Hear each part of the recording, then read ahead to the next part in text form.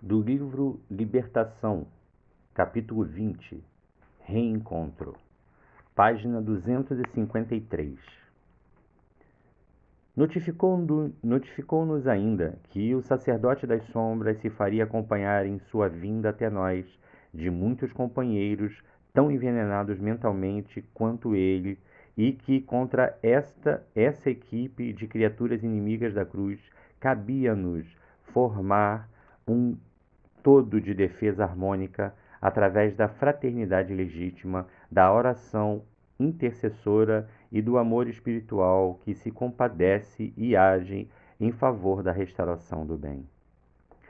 Valendo-se da pausa que se impusera natural, Saldanha perguntou ao nosso mentor se não devíamos organizar pelo menos um movimento coordenado de repulsão enérgica, ao que o dirigente, sábio e amigo, respondeu sorrindo. Saldanha, em companhia do mestre que abraçamos, só há lugar para o trabalho sadio com o entendimento das lições de sacrifício e iluminação que nos deixou. Não acredites que um golpe possa desaparecer com outro golpe. Não se cura a ferida aprofundando o sulco da carne em sangue. A cicatriz abençoada surge sempre à custa de enfermagem, remédio ou retificação, com ascendentes de amor. Quem pretende o reinado do Cristo entrega-se a ele. Somos servos. A defesa, qualquer que seja, pertence ao Senhor. O ex-perseguidor calou-se humilde. Decorridos alguns minutos algo constrangidos, afastamo-nos em bloco da vivenda em que tantos ensinamentos preciosos havíamos recebido. Amparados, os mais doentes naqueles que se mostravam mais fortes, retiramo-nos, cautelosos, pondo-nos a caminho da zona pré-estabelecida. 2 horas de jornada, sob a supervisão de Gúbio perfeitamente treinado em experiências daquela natureza, conduziram-nos ao local desejado. O campo em torno era singularmente belo, verdejante, planalto, coroado de luar, convidava-nos à meditação e à prece. As brisas ligeiras e frescas da madrugada como que nos bafejavam o cérebro, convidando-nos a reconfortar as fontes do pensamento. Nosso instrutor fez-nos sentar em semicírculos, compelindo-nos a recordar várias cenas evangélicas, e informou com visível emoção que, segundo mensagem particular por ele registrada, Gregórios dele já se haviam colocado em nosso encalço e que, se alguns dos companheiros procurassem evitar-lhe a presença, qualquer fuga em nosso agrupamento se fazia impraticável em virtude de a elevada percentagem de peregrinos ali reunidos se revelarem incapazes de volitação em alto plano, pela densidade do padrão mental em que se mantinham.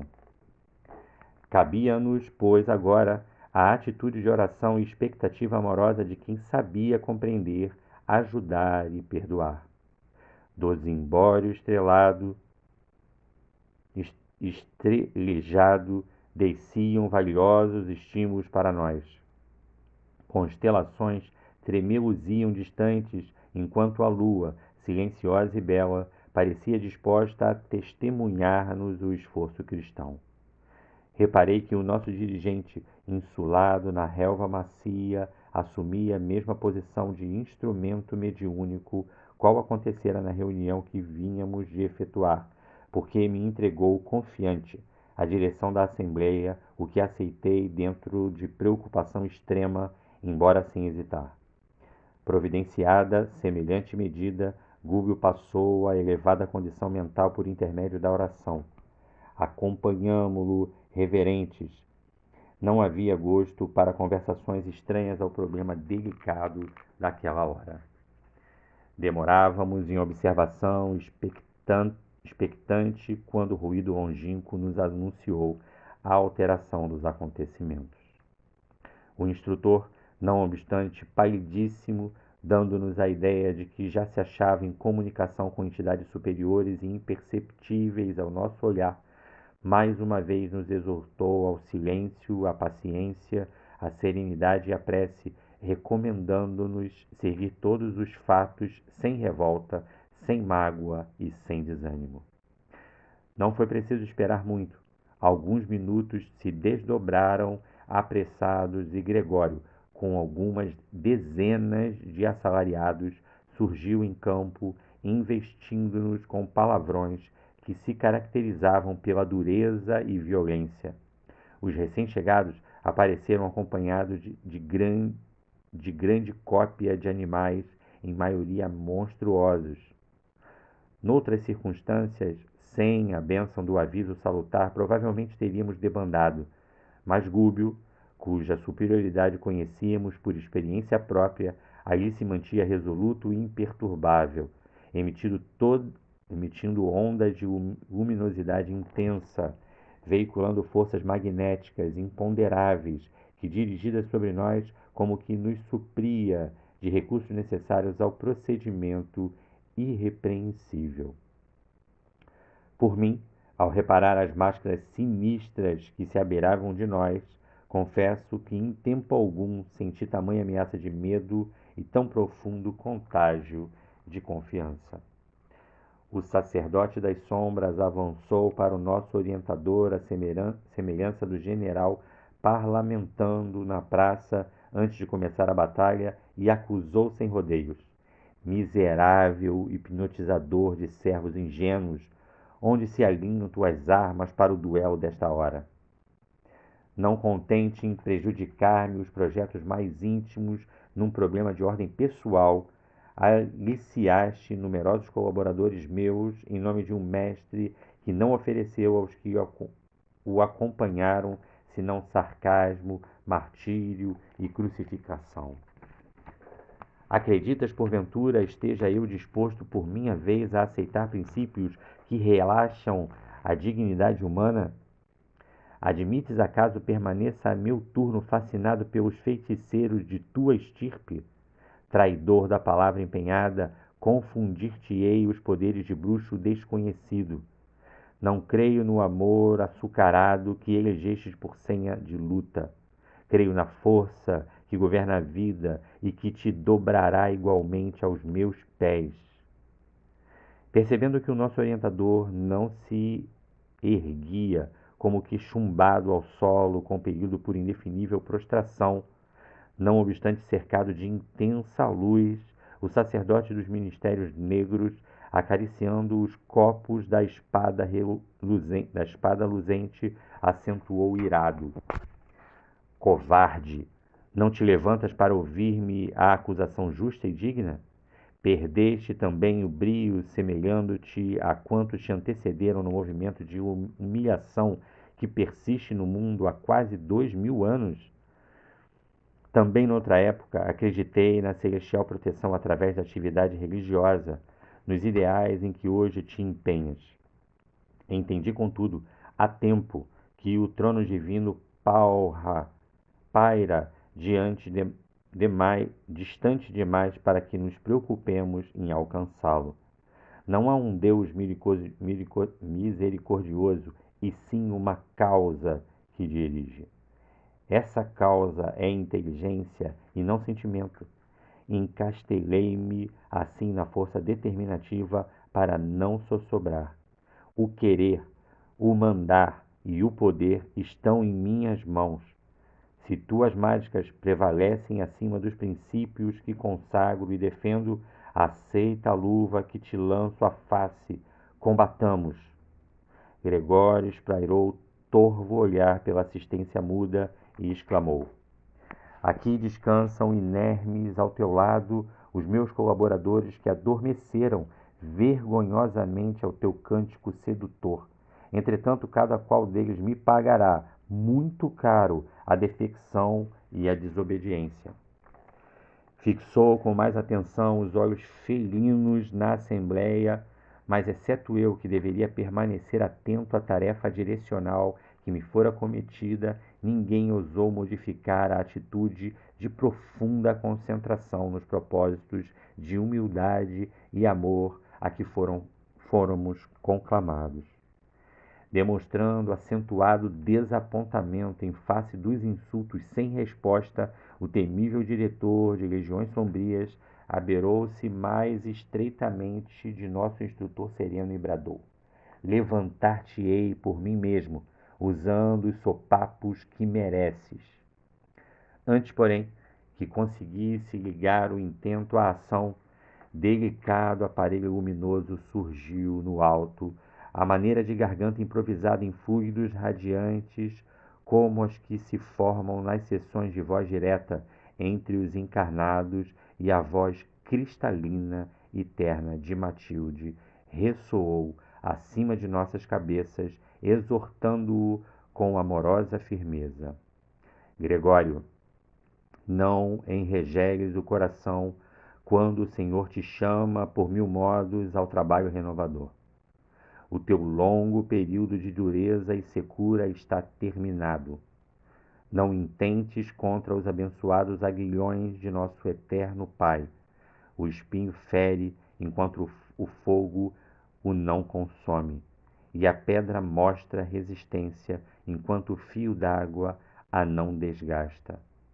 Para a tua alma, filho meu, findou a noite em que a tua razão se eclipsou no mal. A ignorância pode muito, no entanto é simples nada quando a sabedoria espalha os seus avisos. Não admitas que os monstros da negra magia te alimentem o coração com a felicidade desejável. O temido perseguidor mantinha-se confundido, semi-aterrado, ao passo que nós mesmos, os circunstantes ligados à missão de Gúbio, não conseguíamos dissimular a imensa surpresa que nos dominava ante o quadro imponente e inesperado.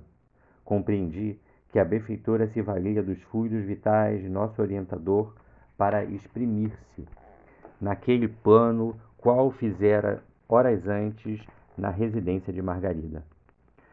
O sacerdote transviado, num complexo de espanto, rebelião e amargura, tinha agora o aspecto de uma fera enjaulada. Acreditas, porventura, prosseguiu a voz materna adulcorada, que o amor pode alterar-se no curso do tempo? Supuseste um dia que eu te pudesse esquecer? Olvidaste a imantação de nossos destinos? Peregrine minha alma através de mil mundos, suspirarei sempre pela integração de nossos espíritos. A luz sublime do amor que nos arde nos sentimentos mais profundos pode resplandecer nos precipícios infernais, atraindo para o Senhor aqueles que amamos. Gregório, ressurge.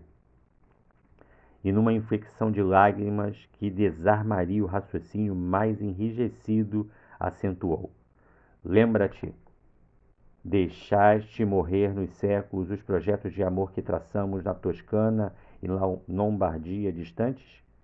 Esqueceste nossos votos ao pé dos altares humildes?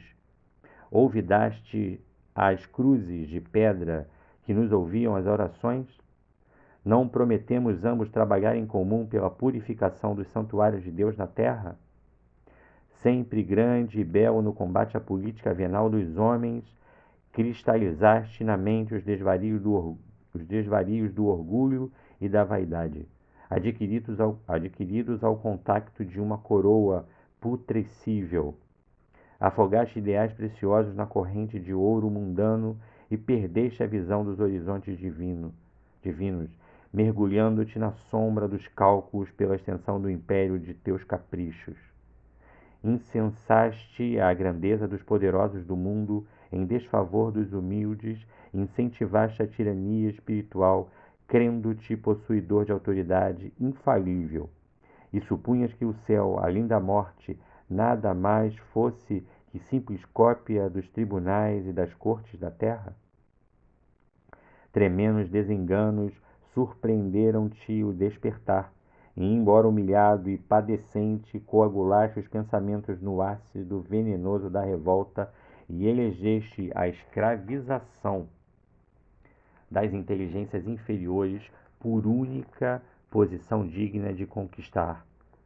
Durante séculos tem sido apenas rude disciplinador de almas criminosas e perturbadas que o túmulo encontrou na imprudência e no vício. Não te doerá, porém, filho meu, a triste condição de gênio desprezível? Semelhante pergunta não morre sem resposta.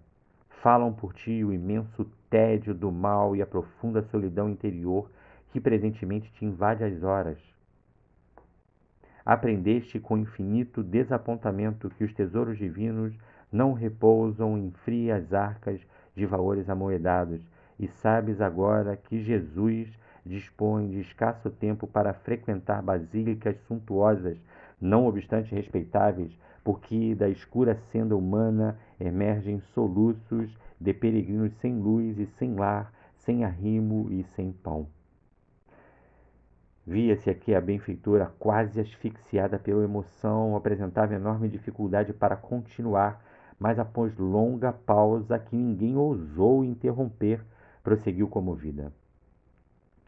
Como pudestes esquecer por alguns dias de autoridade efêmera na terra as nossas redentoras visões do Cristo angustiado na cruz? Aderiste aos dragões do mal pela simples verificação de que a tiara passageira não te poderia aureolar a cabeça nos domínios da vida eterna a que a morte nos arrebatou. Entretanto, o divino amigo jamais descreu das nossas promessas de serviço e espera por nós com a mesma abnegação do princípio. Vamos, sou Matilde, alma de tua alma, que um dia te adotou por filho querido e a quem amaste como dedicada mãe espiritual. Calou-se a voz da mensageira, interditada pela corrente de pranto. Foi então que Gregório, fazendo quanto lhe era possível por manter-se de pé, gritou com ansioso fugir como ansioso por fugir a si mesmo. Não creio, não creio, estou só, consagrei-me ao serviço das sombras e não tenho outros compromissos. Transbordava-lhe da voz menos altiva um tom de pavor indescritível. Parecia disposto à fuga, francamente transformado, mas ante a assembleia estática e silenciosa, mantinha-se magnetizado pela palavra da benfeitora que se fazia ouvir austera e doce, bela e terrível, escalpelando-lhe a consciência. Esprairou o olhar de leão ferido através de todos os ângulos do campo que nos situava e, sentindo-se no centro de quantos assistiam ali atônitos a cena inesperada, exteriorizou na expressão fisionômica todo o desespero extremo que lhe vagava na alma. Arrancou a espada da bainha e bradou encolerizado: Vim para combater, não para argumentar. Não temos sortilégios. Sou um chefe e não posso perder os minutos com palavras tergiversantes. Não admito a presença de minha mãe espiritual de outras eras. Conheço as artimanhas dos fascinadores e não tenho outra alternativa senão duelar. Fitando a delicada forma de luz que pairava no espaço, acrescentou: Por quem és, anjo ou demônio, aparece e combate. Aceitas meu desafio? Sim, respondeu Matilde com ternura e humildade. Tua espada, trovejou Gregório arquejante. Vê-las-ás dentro em breve. Após alguns momentos de ansiosa expectativa, apagou-se a garganta luminosa que brilhava sobre nós, mas leve massa radiante e disforme surgiu não longe à nossa vista. Compreendi que a valorosa emissária se materializaria ali mesmo, utilizando os fluidos vitais que o nosso orientador lhe fornecia. Júbilo e assombro dominavam a assembleia. Em poucos instantes, erguia-se Matilde ao nosso olhar, de rosto velado por véu de gaze tenuíssima. A túnica alva e luminescente aliada ao porte esguio e nobre sobre a auréola de safirina luz de que se tocava, traziam a lembrança alguma encantada Madonna da Idade Média em repentina aparição. Adiantava-se digna e calma na direção do sombrio perseguidor. Todavia, Gregório, perturbado e impaciente, atacou-a de longe e empunhou a lâmina em riste, exclamando resoluto: "Às armas! Às armas!" Matilde estacou serena e humilde, embora imponente e bela, com a majestade de uma rainha coroada de sol. Decorridos alguns instantes ligeiros, movimentou-se novamente e, alçando a destra radiosa até ao coração, caminhou para ele, afirmando em voz doce e terna: "Eu não tenho outra espada senão a do amor, com que sempre te amei.